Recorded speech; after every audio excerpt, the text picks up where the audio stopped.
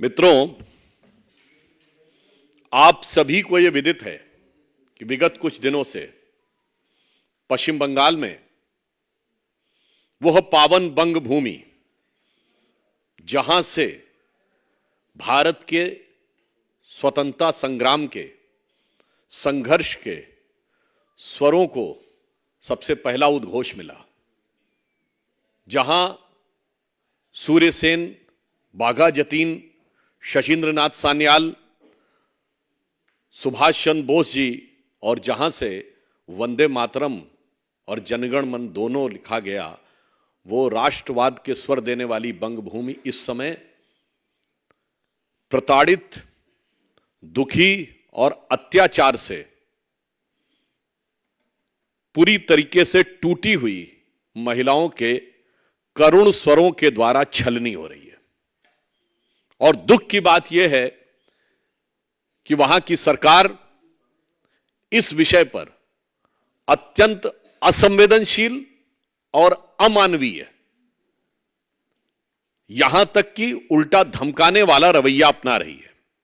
आज ही भारतीय जनता पार्टी के महिला मोर्चा के जिसमें महिला मोर्चा के अध्यक्ष, हमारे पश्चिम बंगाल की महिला पदाधिकारी, महिला सांसद और विधायक, उनको जाने से रोका गया। कल हमारे प्रदेश अध्यक्ष सुकांतो मजूमदार जी को बलपूर्वक वहां जाने से रोका गया और अब वहां की सरकार ने वहां धारा 144 लागू कर दी है। और इतना ही नहीं, मीडिया के लोग भी जो रिपोर्ट कर रहे हैं उनको सिर्फ धमकाया नहीं जा रहा, उन पर एफआईआर भी की जा रही है।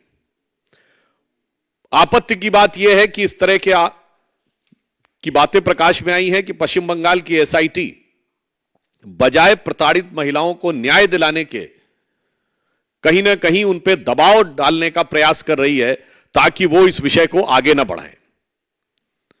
इसलिए यह विषय बहुत संवेदनशील है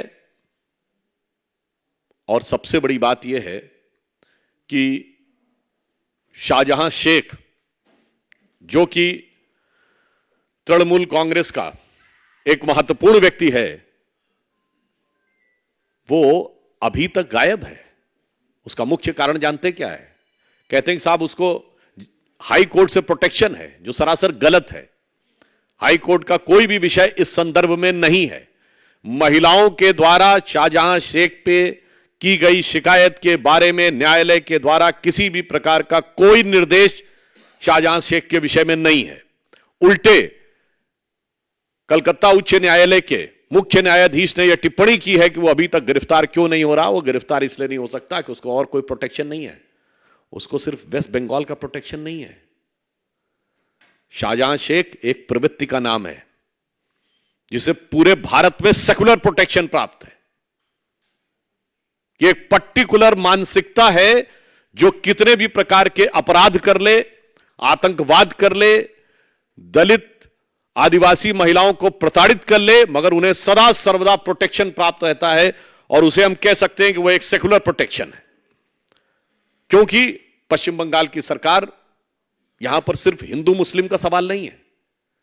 मुस्लिम समाज के जो कट्टरपंथी और आपराधिक तत्व हैं, वो चाहे शाहजहां शेख हो, शेख सिराजुद्दीन हो या जहांगीर, ऐसे ही तत्वों के माध्यम से अपनी सत्ता को बरकरार रखने का जो प्रयास है वो बहुत ही निंदनीय है।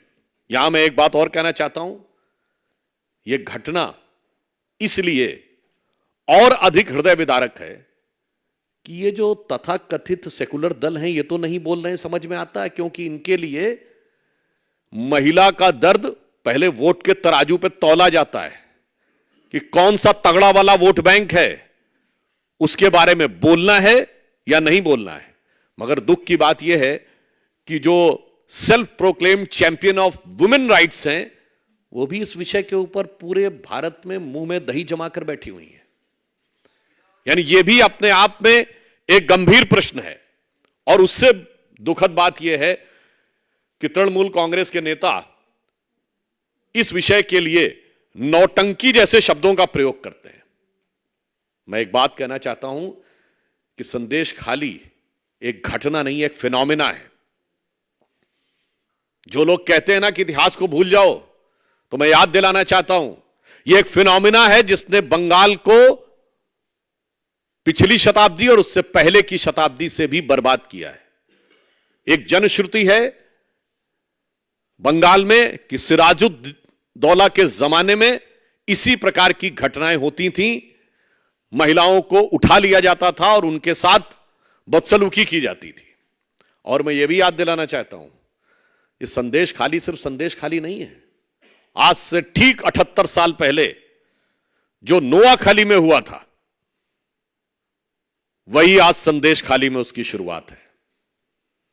16 अगस्त 1946 को जब बंगाल के तत्कालीन मुख्यमंत्री शहीद हुसैन सोहरावर्दी ने पूरे पुलिस प्रोटेक्शन में हिंदुओं का नरसंहार कराया था, जो सोहरावर्दी ने किया था, उसी नक्शे कदम पे ममता बनर्जी है।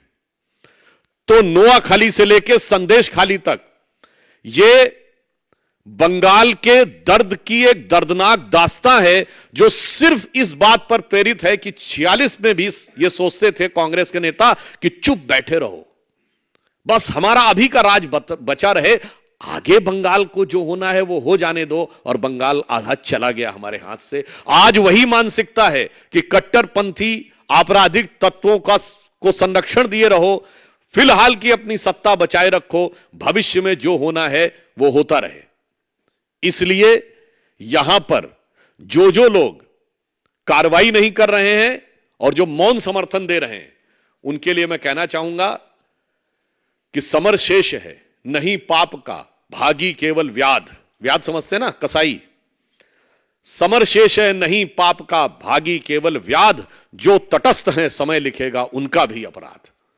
यह ध्यान रखना होगा कि जो लोग भी आज चुप बैठे हुए हैं इन घटनाओं पे। और मैं इसके आगे दूसरा विषय कहता हूं, कर्नाटक में मंदिरों पर टैक्स, उससे पहले भी इस प्रकार की कई बातें आई हैं, अनाप शनाप उल्टे सीधे बयान। कर्नाटक के कांग्रेस के पूर्व कार्यकारी अध्यक्ष रहे और वर्तमान के पीडब्ल्यूडी मिनिस्टर सतीश जारकीहोली हिंदू शब्द को गंदा कह चुके हैं। खड़गे साहब के बेटे क्या क्या बोल चुके हैं। इवन मैं भी याद दिलाना चाहता हूं, कर्नाटक में भी दलित कांग्रेस के नेता थे, दलित थे, अखंड श्रीनिवास मूर्ति, उनके यहां भी यही तगड़े वाले वोट बैंक ने हमला कर दिया था। अपने नेता के लिए भी पीछे हट गए थे, वो बेचारा अपनी खुद लड़ाई लड़ते रहे, बाद में पार्टी भी छोड़ दी है। मैं कहना चाहता हूं कि जो कर्नाटक में हो रहा है और जो बंगाल में हो रहा है, उसे एक लाइन में समझिए, इरेडिकेशन ऑफ सनातन धर्म एक बयान नहीं है, एक अभियान है। इरेडिकेशन ऑफ सनातन धर्म यानी हिंदू धर्म का समूल नाश केवल एक बयान नहीं है, बल्कि एक अभियान है, जिसकी झलक आपको तमिलनाडु से लेके, कर्नाटक से लेके बंगाल तक समय समय पर दिखाई पड़ती रहती है। और मैं यह भी याद दिलाना चाहता हूं, बहुत से तकनीकी चीजों के बारे में बचाव लेने का प्रयास करते हैं हमारे कांग्रेस के मित्र, तो मैं बताना चाहता हूं कि जब मद्रास प्रेसिडेंसी का हिंदू इंडाउमेंट एक्ट आया था, हिंदू मंदिरों को अधिग्रहण करने का नेहरू जी के समय में, तो कोर्ट ने उसे खारिज कर दिया था और 2 बार कोर्ट ने खारिज किया, मगर इसके बावजूद कानून बनाकर उसे बनाया गया। साहब, एक तरफ विचार यह है और दूसरी तरफ है वक्फ बोर्ड का कानून। देखिए साहब, कैसे तराजू पे तौला जाता है, आप यह समझिए। मैं सिर्फ एक बात कहना चाहता हूं कि कर्नाटक की सरकार या कांग्रेस और इंडी गठबंधन की सरकार मंदिरों पे टैक्स और दूसरों के लिए हज सब्सिडी, पुनः मैं कह रहा हूं, वो अब समाप्त हो गई, वो एक अलग विषय है। इन्होंने अपने दौर में कोर्ट से अगर क्वैश कर दिया जाए तो कानून बनाकर मंदिरों पर टैक्स लगाया, मंदिरों की संपत्ति का अधिग्रहण किया और उधर हज सब्सिडी दी। मुझे लगता है कि इस ढंग का जो दोहरा रवैया है, पुनः मैं कहना चाहता हूं, यह दर्शाता है कि इरेडिकेशन ऑफ सनातन धर्म एक बयान नहीं बल्कि एक अभियान है। इसलिए यह विषय अत्यंत महत्वपूर्ण है और मैं कहना चाहता हूं, राजनीति, दलगत राजनीति और चुनाव, इससे कहीं बड़ा यह विषय है, क्योंकि इसने भारत को पिछली शताब्दी से लेके इस शताब्दी तक भारत के समाज को भी नष्ट किया है, हमारे राष्ट्र को खंडित किया है और राष्ट्र के अंदर आतंकवाद और अपराध से लहूलुहान किया है। इसलिए मैं पूछना चाहता हूं कि अभी जो दर्शन करने गए थे और तरह तरह के दावे कर रहे थे इंडी गठबंधन के चिर युवा नेता,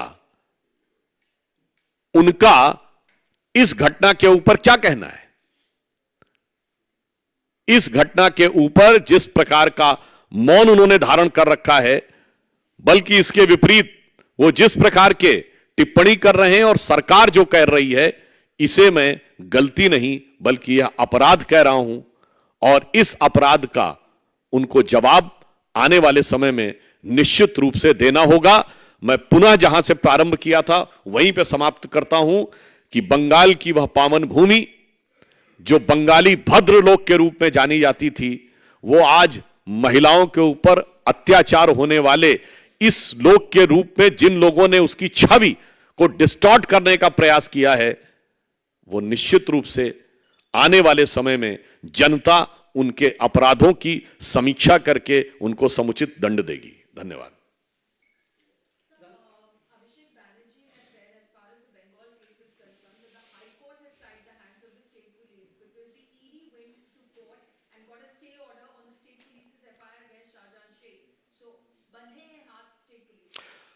मैंने स्पष्ट किया था और क्लैरिफाई कर देता हूं।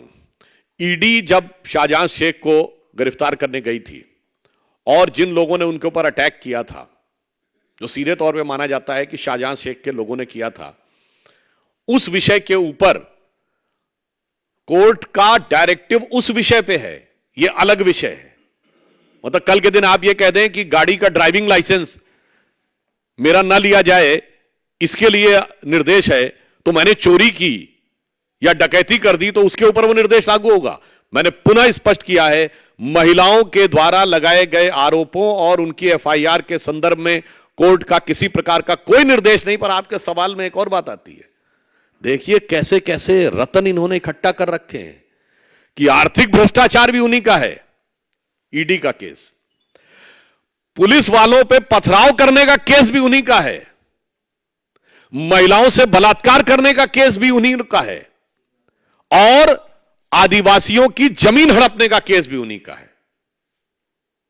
मेरे विचार से इतने बहुआयामी आपराधिक तत्वों को संरक्षण देने का उदाहरण भारत की राजनीति में आपको बहुत कम मिलेगा। आपने क्रिमिनलाइजेशन ऑफ पॉलिटिक्स देखा होगा, बस such a type of multi dimension criminalization of politics and its subsequent political patronage and protection is unforeseen, unprecedented in Indian history.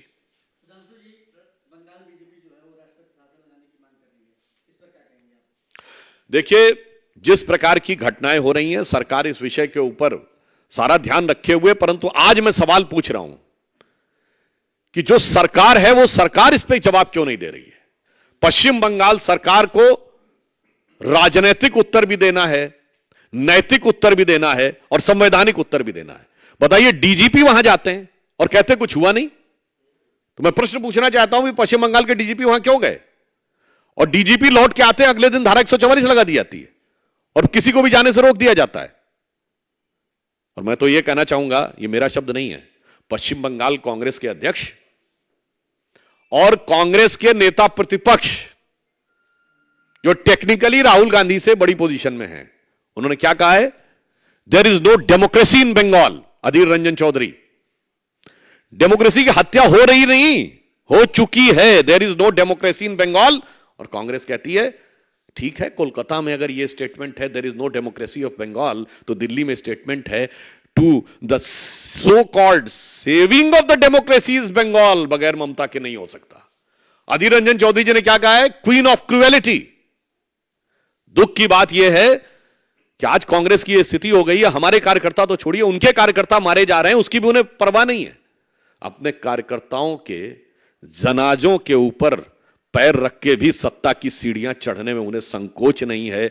इस बात का नैतिक जवाब भी उनको अपनी पार्टी के कार्यकर्ताओं को देना होगा। हमारे प्रति जो विद्वेष और ईर्ष्या रखते हैं वो अलग है।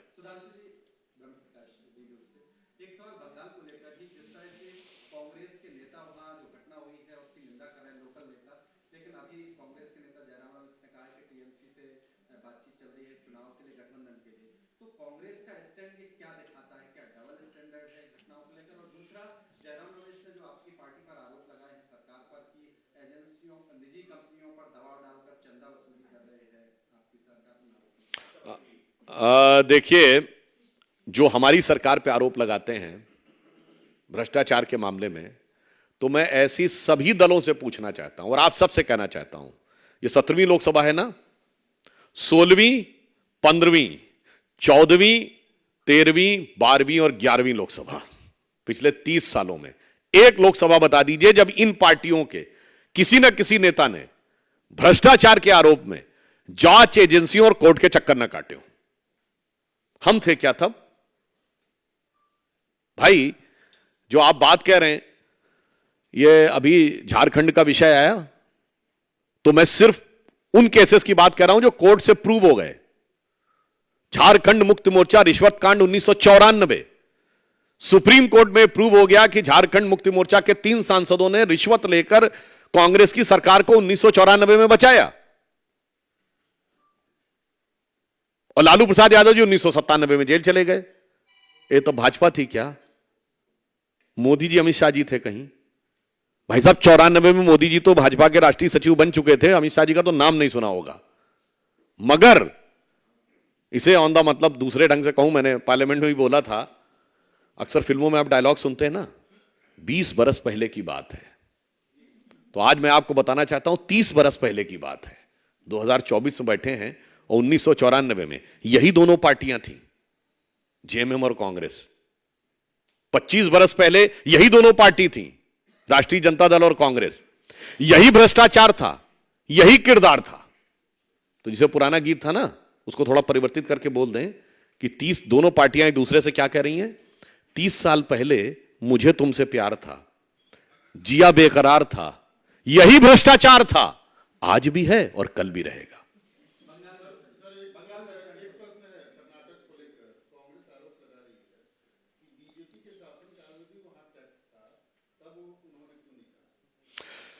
मान्यवर, यहां पे विषय सिर्फ एक सरकारी आदेश नहीं है। मैंने आपसे बोला, उनका कार्यकारी अध्यक्ष क्या शब्द बोला है, उनके राष्ट्रीय अध्यक्ष के पुत्र क्या शब्द बोले हैं, उनके मंत्री क्या शब्द बोले हैं, उनका दक्षिण भारत का सबसे बड़ा गठबंधन सहयोगी इरेडिकेशन ऑफ सनातन धर्म कहे हैं, डेंगू वायरस HIV कहे हैं। तो उनसे कहिए, देश की जनता को इतना भोला मत समझिए कि तिनके की ओट में आप पहाड़ छुपाने की कोशिश करेंगे और वो बच जाएगा। जैसे हिंदी में कहावत होती ना, नेहुरे नेहुरे कहूं ऊंट की चोरी। इसका मतलब समझते हैं? झुक झुक कर छोटी मोटी चीजें चुराई जा सकती हैं, ऊंट नहीं चुराया जा सकता।